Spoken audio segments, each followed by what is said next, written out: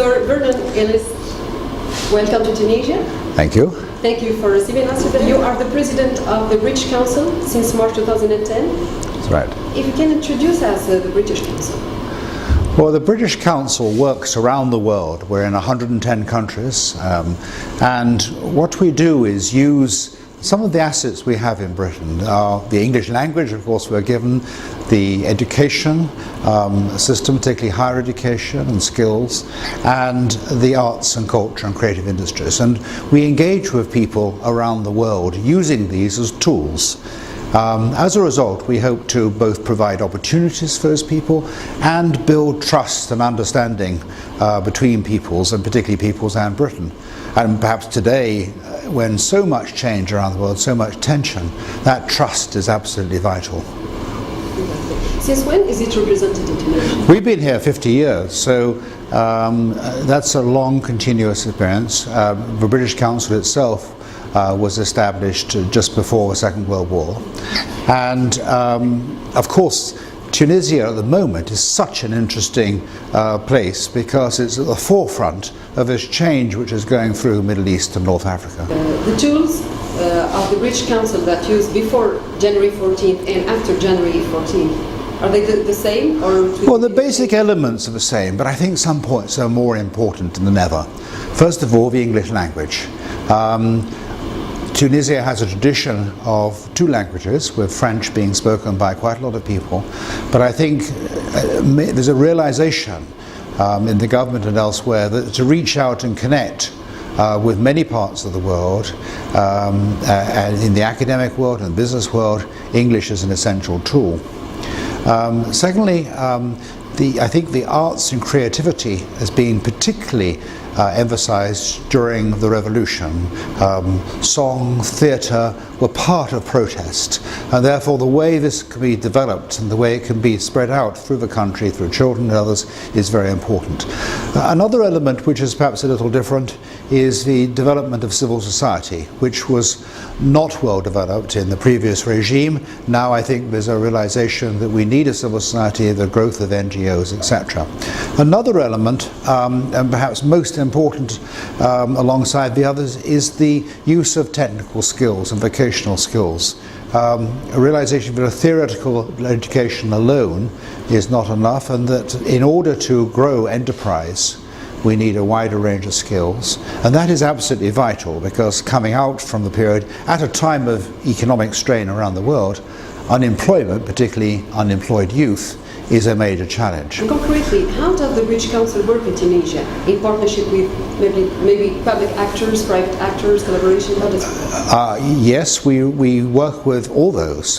For example, in the field of English, we both teach English ourselves, but also we have major partnerships with both the Ministry of Education and the Ministry of Employment and Skills in programs to enhance the public teaching English, to work with the teacher development, and the same also for the development of technical skills. But we also work with a wide range of social organizations, both public, both Tunisian and from outside. For example, we have a program called Young Arab Voices, which encourages debate, informed debate, reasoned debate between young people. And this program we're doing in collaboration with the Anna Lindh Foundation, an international foundation. For instance, today we attended the ceremony of Creative Development Grant. What does this consist of exactly? Well, one of the things I mentioned is that the arts are a vehicle for expression. They allow people to express difficult things, they allow you to communicate, they allow perhaps communities to come together in new ways. And we asked young people how best to engage with them. And one of the things they came out with was, in a debate in this very centre actually, was we want to give more help. We need more help for young people to develop good ideas, to take them forward. And there were many extraordinarily good ideas in film, in community, in observing change through this process.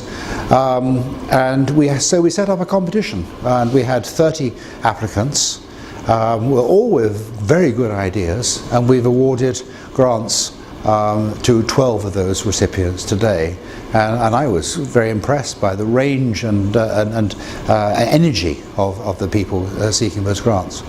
Okay, I heard that the British Council has many projects for the future in Tunisia. If you can give us just maybe brief ideas and projects.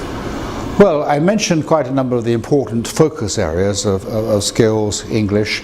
Again, I think the main emphasis, if I was to give a headline, was to increase the scale enormously. The scale is huge, the opportunity is huge. We've been talking with ministries about, for example, a program to train teachers who can help develop English skills amongst unemployed graduates. And there may be employment opportunities both in Tunisia but also outside Tunisia, elsewhere in the region. There's going to be a tremendous demand for English teaching elsewhere in this region. And I think we have highly trained, very bright Tunisian students, but given the economic situation and the demographics, there are more available than there are jobs at the moment. So one way would be to have a program which is on a big scale to do that. We'd like to expand our English teaching into other parts of Tunisia.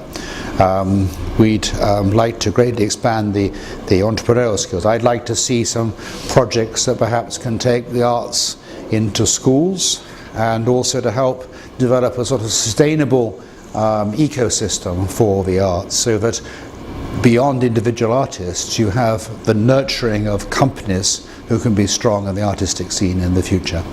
Okay, and for those who are watching us now, how can we interact with the centre, the British Council?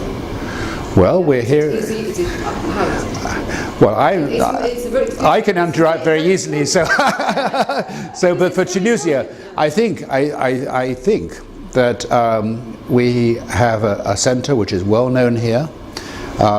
We have a very highly trained and pleasant group of people on the front desk who are used to dealing with applicants to English or exams. Exams are another big part we want to develop, not just English exams, but also professional exams and maybe school exams. And so they're well trained people coming into the centre all the time. And I think anybody with an idea can just come to the centre and say, I'd like to see the director. And the director, Eunice Crooks, would, I'm sure, find a way of dealing with them. Another way, of course, in this online age, is to enter our Facebook site, very easy to get into, and share ideas. We're very interested in anybody's ideas, and if they've got propositions, we're interested in propositions as well. We won't necessarily respond to all of them. We have limited capability and funds, but we're very eager to expand in this country because it's such an exciting time.